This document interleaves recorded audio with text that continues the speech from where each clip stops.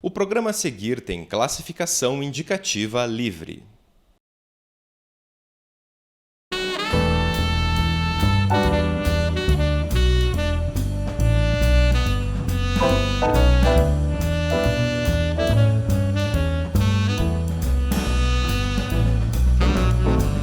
Olá, mais uma semana se passou e é hora de mais uma edição do Cine Federal. Hoje vamos falar sobre documentário, porque eu tenho aqui ao meu lado a professora de audiovisual da Universidade Positivo, Sandra Nodari. Ela é também roteirista do filme Cativas, Presas pelo Coração.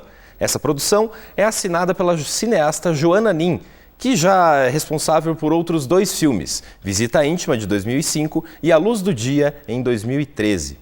Cativas narra a trajetória de 7 mulheres que mantêm relacionamentos amorosos com presidiários e já foi exibido em festivais ao redor do mundo e estreou recentemente nas salas de cinema brasileiros. Muito obrigado pela sua presença hoje aqui no Cine Federal, Sandra. Obrigada, eu que agradeço o convite. Muito obrigada. Como que você se envolveu, digamos, com a questão do audiovisual? Como que você chegou a ser roteirista de documentário? Eu comecei a minha carreira no jornalismo em televisão. Na verdade, comecei em rádio e 2, 3 meses depois fui para a TV. Então, trabalhei muito na reportagem. E, como repórter de TV, eu acabei cobrindo uma rebelião que aconteceu em Piraquara, na Penitenciária Central do Estado, em 99, 2000, uma das maiores rebeliões que já aconteceram. Eu e a Joana Nin éramos repórteres da mesma emissora de televisão e nós nos revezávamos na cobertura. Essa rebelião demorou 2, 3 semanas, acho que 2 semanas, e a Joana percebeu que havia muitas mulheres, uma fila enorme de mulheres que ficavam do lado de fora da penitenciária para se comunicar com os maridos. E aí ela acabou conversando com essas mulheres e entendendo que existia um grupo de mulheres que nunca era mostrada pela imprensa, ou não havia sido mostrada por um documentário, e que tinham histórias incríveis, porque existia um estereótipo, né? Mulher de bandido. Então, assim, ninguém quer uma mulher de bandido por perto. E aí ela foi descobrir que, na verdade, não eram mulheres de bandidos, né? Que eram mulheres guerreiras, donas de família. Muitas delas tinham conhecido os maridos depois que eles já estavam presos. E isso foi algo que chamou muita atenção. E ela quis retratar esse universo, que é um universo movido pelo amor, movido por tentar formar uma família com alguém que está detido, e chamou a atenção e iniciou o projeto desse jeito. Como eu trabalhava com a Joana como repórter, ela me convidou para fazer parte do projeto e eu encampei, e aí a gente começou a pesquisa e eu iniciei pesquisando esse tema para depois escrever roteiro, escrever projeto e continuar. Vocês duas estão nesse universo, então, há pelo menos aí uns 15 anos. Digamos. Mais ou menos, né? Pensando dessa primeira ideia da Joana, né? Que começou a tentar pensar em produzir um longa-metragem sobre isso, aí fomos estudar documentário, né? Acabou que o meu mestrado, que eu defendi em 2004, foi estudando documentário, comecei a participar de festival, de congresso, ela estudou muito mais, fez cursos fora do Brasil de documentário, então, assim, uma paixão, né? Na verdade, o documentário é apaixonante, porque o telejornalismo, ele nos dá a possibilidade de noticiar apenas. E a notícia, ela é muito volátil, né? A notícia vale hoje, amanhã ela já é velha. Há pouca reflexão, né, na notícia em si, até porque o papel é noticiar, é contar o que é que está acontecendo. O documentário não. O documentário é um papel que o audiovisual tem de discutir, de refletir, de formar opinião, de permitir ser poético, e é apaixonante. Aí, muitas vezes você tem a matéria na televisão de 3 minutos, né? E as entrevistas, as sonoras, elas têm 20 segundos. Como que você vai conseguir explorar em profundidade, né? Essa pessoa que está falando ali, né? Então, a gente vê até nessas questões, né, das coberturas, né, de rebeliões, né, na própria visão do sistema carcerário brasileiro visto na televisão, a gente não tem esse aprofundamento. E o documentário, ele tem esse papel, né, de alguma forma. E é interessante porque hoje a gente vive um momento muito complicado, né, dessa divisão que a sociedade brasileira está se propondo a viver, em que muita gente fala que bandido bom é bandido morto, né? Que o melhor seria, quanto mais eles sofrerem, melhor, o que é um absurdo, na verdade, né? Porque é um grupo de pessoas que errou muito, errou pouco, enfim, mas que por uma condição social também está presa e que tem uma série de problemas, que vive com uma série de necessidades e de faltas. E o que a gente percebe é que Existe um número muito pequeno de homens que vão presos e que conseguem reabilitação, recolocação na sociedade. Dentro desse número muito pequeno dos que conseguem, a maioria consegue porque tem uma família, né? Imagina um homem que ficou 30 anos preso, se ele não tem para quem voltar, né? Ele não tem uma família para voltar, ele vai voltar a morar onde? Ele vai se encontrar com quem? Então o papel dessas mulheres também ajuda muito nessa ressocialização, né? Em dar uma família, em ter a possibilidade de criar algum estímulo para que esse homem volte para ela e consiga trabalhar. É interessante que a gente conhece alguns exemplos desses, né? Dentro do próprio Cativas, quando exibimos o filme, numa exibição que foi feita para as mulheres, estava a sala lotada lá com 40, 50 mulheres e muitas foram com os maridos. Quer dizer, o marido estava preso quando a gente filmou, ele saiu e ele foi lá assistir o filme. E isso é recompensador, né? Se eram 3 ou 4, para a gente já é.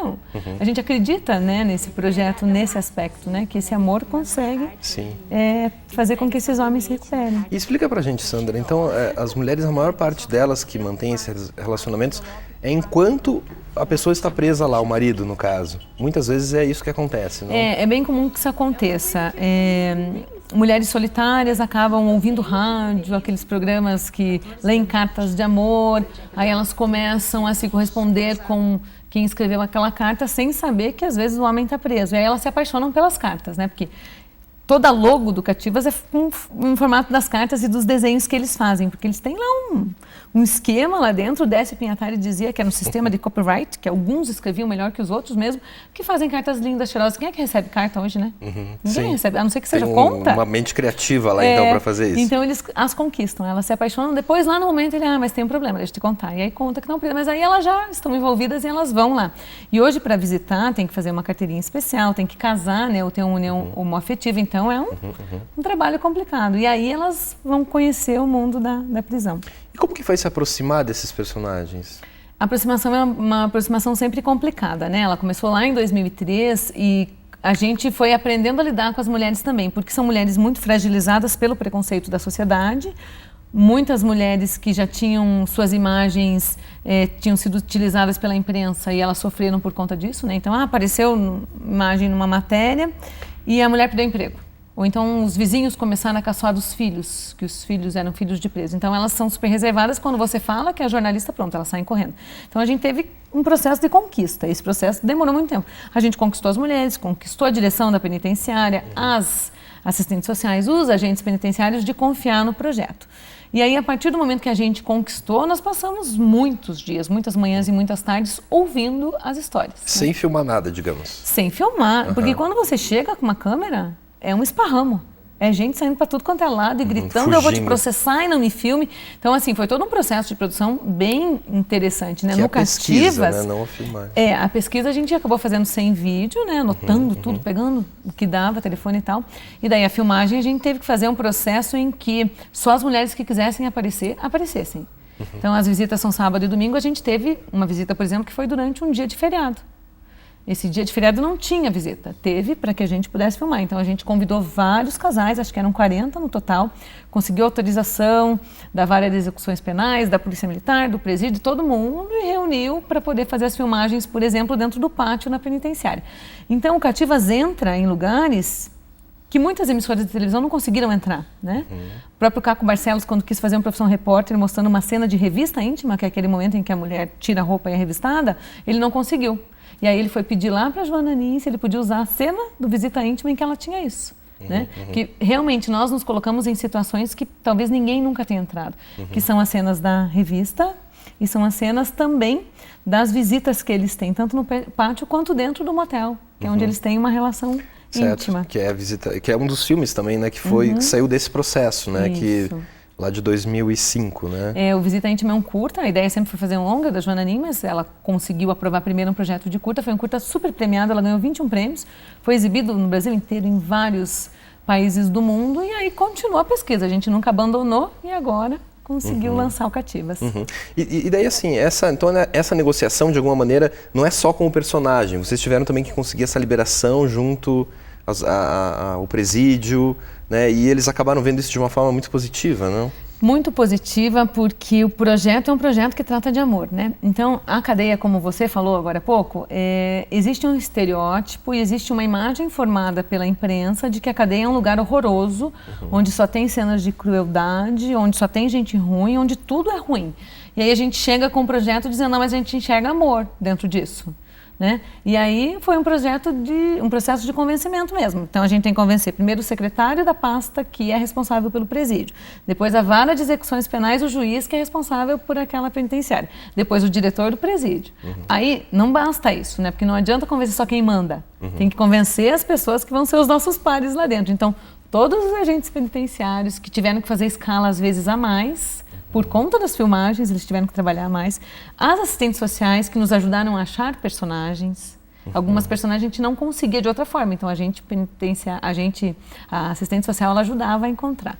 Aí sim, as mulheres, daí se a gente queria filmar no trabalho da mulher, tinha que conseguir produzir isso. Ou algumas cenas que nós reproduzimos, por exemplo, tem uma grávida que ela não tinha ainda feito nenhuma ecografia. E nós produzimos uma ecografia porque ela queria saber o sexo da criança e a gente conseguiu uma ecografia para filmar para ela. E o marido foi ver lá a imagem da ecografia só quando o Cativas estreou, né? Então a gente acompanhou a vida dessa grávida, a gente acompanhou alguns processos delas fora do presídio, tudo isso foi... Quem assiste ao Cativas meio que se surpreende pensando, nossa, mas é um filme de verdade, né? Parece ficção, não é que parece ficção, é que realmente não é uma reportagem, né? É um filme que tem uma produção interessante, que é uma produção profissional. Então as pessoas, nossa, parece coisa, é de verdade mesmo, né? E até essa coisa interessante, né? O dispositivo do documentário, ele nunca vai ser isento, digamos assim, né?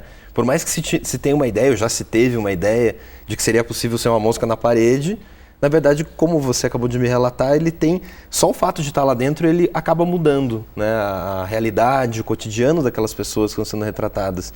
Nesse caso, digamos, ela só conseguiu a ecografia pelo fato de que vocês produziram de alguma forma, né? Isso, ela até teria direito a uma ecografia em algum momento, né, pelo SUS, mas aí a gente conseguiu adiantar, ela conseguiu saber o sexo antes, contar. Não há como não interferir, né? Claro. A hora que liga uma câmera, a pessoa já tem a possibilidade, vai ver se o cabelo tá certo, né? Já vai ver tudo se... certinho. Pronto, ela já sabe o que ela tá fazendo com uma câmera. Então, e com as outras personagens, como que foi essa mudança? É muito interessante porque a gente sabia que existiam alguns casamentos dentro da penitenciária, porque lá existe um espaço ecumênico que a gente chama de capela, e a gente já tinha ouvido falar que algumas mulheres tinham casado de véu, grinalda, bolo, tudo lá, e a gente quis reproduzir isso, né? E a reprodução do documentário não é feita com ficção, embora alguns diretores até usem isso. A gente encontrou uma personagem que iria casar lá dentro. E aí a gente também acompanhou essa personagem. E ela disse que a vida dela foi transformada pelo filme porque ela, durante a produção, durante quase um ano que a gente acompanhou, ela se sentia uma estrela.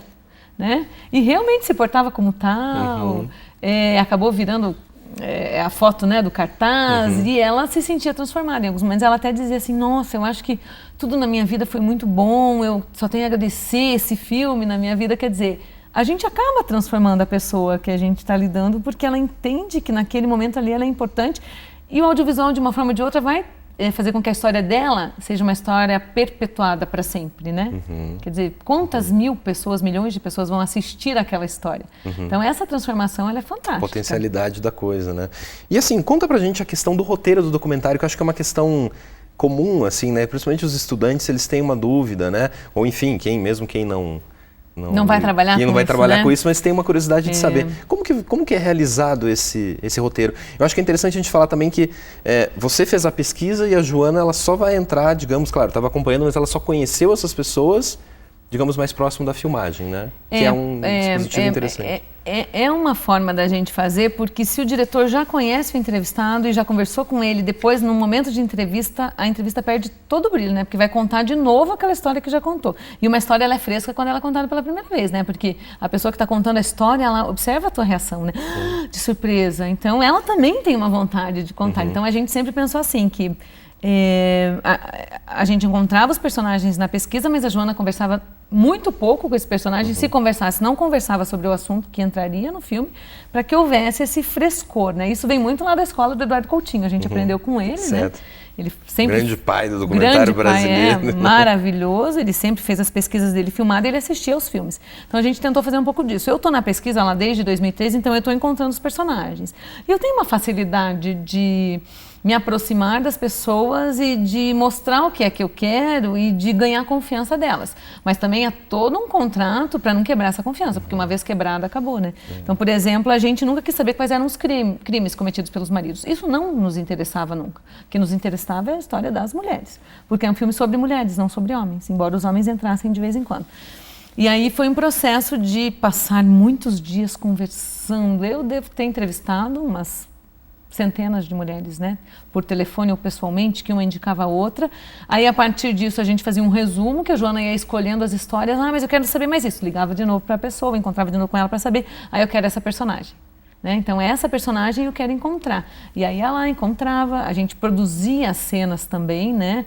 Essa personagem, ela é costureira, ela costura os uniformes para o marido. E ela também faz encomendas para amigas. Então, a gente acabava colocando duas mulheres juntas. Né? Uma que queria um uniforme a mais para mandar para o marido e a outra que costurava. E a gente promovia o encontro dessas duas. Então, há um trabalho, sim, da gente alterar um pouco a relação dessas mulheres, mas há um trabalho da gente entender quem são elas e tentar retratá-las da forma mais fiel possível. A pesquisa, eu acho que é o fundamento, né, do documentário. Então, quando eu falo para os meus alunos, por exemplo, né, de jornalismo, que vão fazer documentário de trabalho de conclusão de curso, eu tenho que pisar no barro. Eu não tenho como fazer um documentário sem estar no lugar onde eu vou filmá-lo. Então, assim, primeira coisa é ir lá no lugar, conhecer a pessoa, conhecer o cenário, entender o que daquilo faz diferença, o que daquilo tem que ser usado para daí sentar e escrever um roteiro. É claro que quando a gente vai escrever um roteiro para conseguir aprovação no edital, esse trabalho é feito a partir de uma pesquisa, mas talvez não de uma pesquisa tão profunda, tão aprofundada. Eu não consigo escrever um roteiro sobre mulheres que visitam homens detido se eu não for até a penitenciária. Mas eu não preciso passar 10 dias lá para escrever esse roteiro. Eu posso passar 2 dias, conseguir escrever um roteiro e aí sim, se esse roteiro for aprovado, eu vou investir vários dias nessa pesquisa. Com a gente foi mais ou menos assim, né? Então, foram anos de pesquisa e de aprimoramento e as personagens sendo trocadas, né? Porque o homem fica preso por 5 anos, por 10 anos, por 15 anos e nesse período todo passaram muitas mulheres pela nossa pesquisa. Algumas ficaram, outras não. Mas é um trabalho de dedicação. Depois dessa pesquisa feita, sim, aí eu vou pensar em escrever um roteiro. E esse roteiro, depois do projeto aprovado, de ter um financiador, aí eu abandono mesmo, né? Porque aí eu já sei o que eu quero, eu não vou precisar sentar para reescrever o roteiro, eu vou filmar. E aí esse roteiro ele é feito a partir da montagem, né? Então eu gravo uma cena e vejo que eu preciso dessa cena para complementá-la. Claro. E aí é um trabalho mais de roteirização, já pensando na edição. Na edição, que daí você consegue construir, digamos, um arco narrativo acompanhando, no caso aqui, as personagens, mas enfim, né, de início, meio e fim, digamos assim, né, que tem talvez os momentos, ele não é linear, né, ele acaba sendo entremeado. Não é forma, linear, né? E às vezes lá no roteiro você percebe que você tem que abrir de novo câmera, então aconteceu isso com a gente umas 2 vezes, eu preciso de uma cena, que é uma cena de uma chave de madeira que está escrito motel. Aí você vai lá e passa uma tarde procurando na penitenciária para fazer a imagem daquela cena, mas aquilo não é fundamental. Vai durar 5, 10 segundos, mas faz toda a diferença, claro. Né? Então, também na montagem você pode voltar a produzir algumas questões. Então, o roteiro documentário é interessantíssimo, porque ele é feito de uma forma específica para conseguir financiamento. Depois ele é refeito para a produção, mas aí ele já não precisa ser escrito de forma literária, né, com cena, diálogo, como você faz lá para aprovação. Ele é refeito de uma outra forma, que é pelo próprio relatório de pesquisa. E aí lá na montagem ainda tem um terceiro, que é para criar essa narrativa. E a nossa montadora é a Jordana Berg, que é a montadora dos últimos filmes, né, do Coutinho. Então é fantástica, né? E você vai acompanhando o trabalho de montagem, ele é belíssimo, tem vários cortes. Então vem o primeiro corte que você fala, nossa, não é isso. Aí o segundo corte, esse já ficou tá mais ou menos, até chegar no fim. Você acredita que o fato de vocês duas serem mulheres ajudou a compor o retrato dessas mulheres? O que seria o Cativa se ele fosse dirigido por um homem, por exemplo? Ele seria outra coisa, sem sombra de dúvida. Até porque algumas cenas eu acho que a gente conseguiu entrar na penitenciária por ser mulher também. O contato com elas não tinha condições de ser com homem, né? Absolutamente, até porque os maridos são super ciumentos. Claro. E o que acontecia? Eu conversava com a mulher hoje, aí ela ia entrar na visita. Era melhor sempre conversar antes dela entrar na visita, porque ela já pedia para o marido se podia ou não. porque era a história dos dois, né? Então eu conversava agora, ela ia lá pedir, falava assim, tudo bem. Ou então se eu encontrava na saída, ela só ia conversar com ele na semana seguinte, para ver se tudo bem, participar da cena ou não participar da cena. Agora, se é um homem, já complica o meio de campo, até por conta dessa coisa do ciúme, né? Tem uma cena que uma diz assim, meu marido não paga as minhas contas, não cuida dos meus filhos e ainda manda em mim, é demais, né? Que é mais ou menos essa relação. Sim. Então, o fato de sermos mulheres nos dá essa visão de entender um pouco mais essas mulheres, né? Como é que elas vivem, o que é que elas vivem, o que é preconceito, o que é machismo, o que não é. E também de poder entrar. E é muito interessante que a Joana, quando ela realmente decidiu que o que ela queria fazer da vida era ser documentarista, ela foi para um curso em São Paulo, que era um curso desses que você apresenta projetos e os empresários dizem o que acharam dos seus projetos, enfim, né? Eu acho que era o Rio, uma espécie de Comic Con, alguma coisa assim. E aí uma das palestrantes disse que filme de mulher, sobre mulher, não tinha futuro.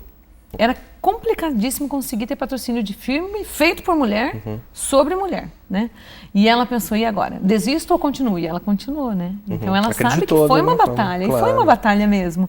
E na equipe tinha outras mulheres também, né? Um assistente de direção também era mulher, outra pesquisadora que me ajudou muito era mulher, então assim... Acaba um olhar completamente, assim, feminino, né? Agora, eu acho que acrescenta muito. O nosso diretor de fotografia, Luciano Coelho, é um homem. E o Luciano, acho que foi o único homem na história dos presídios que entrou no lugar onde se faz a revista íntima. Certo. Porque a revista íntima da mulher é feita por agentes penitenciárias mulheres. Acho que o Luciano foi o único homem na história que já entrou e acompanhou isso. Entrou para a história, digamos assim. Mas também tem um olhar super sensível, né, para a filmagem. É um diretor de fotografia maravilhoso que também é documentarista. Certo. Né? E Sandra, projetos para o futuro, o que você tá em mente agora?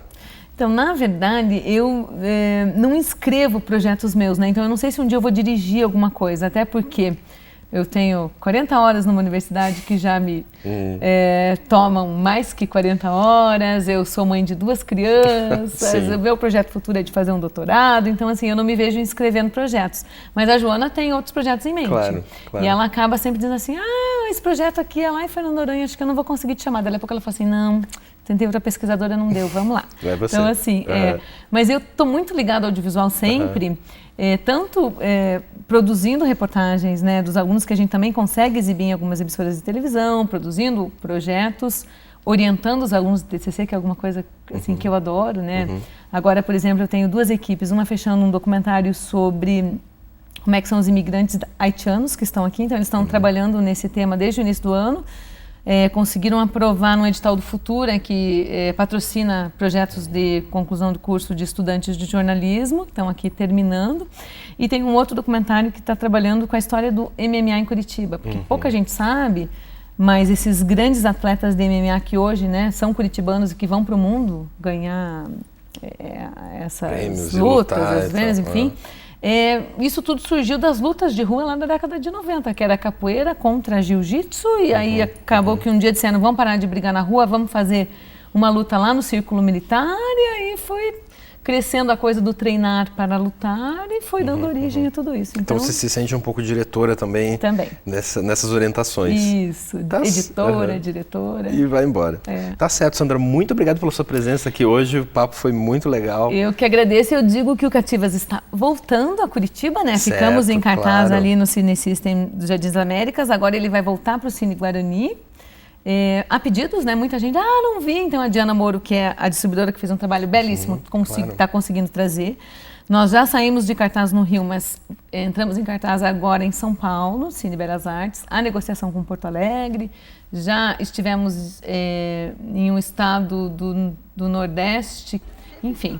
Há pedidos aí, a gente por todo o Brasil, isso é interessante também, né? Esse fato dessa distribuição. E é uma experiência muito interessante ver um documentário no cinema, né? As pessoas estão geralmente mais acostumadas a ver ficção. E quem sabe fazer, tem que fazer, né? Porque também a gente não sabe fazer distribuição. Então a Diana Moura, ela é fantástica. É uma empresa daqui que fez uma parceria e que começou a distribuir, que fez um trabalho bem bacana, porque no cinema comercial ninguém quer exibir documentário porque acha que não dá público. Exatamente. E a gente acabou invertendo isso, porque muita gente que nunca tinha ido no Shopping Jardim das Américas conheceu o shopping porque foi assistir ao Cativas. Claro. Então a gente mostra que tem público para documentário, mas tem que ter uma estratégia interessante para ser um bom filme. Além de brasileiro, paranaense também, né? É, isso aí. Tá certo, Sandra. Muito obrigado. Eu que agradeço. Obrigada. O Cine Federal de hoje fica por aqui. Atente aos endereços que aparecem aqui embaixo, eles são a nossa fanpage no Facebook e também acesse o nosso blog para assistir a esse e outros programas. Eu volto na semana que vem. Um forte abraço. Tchau.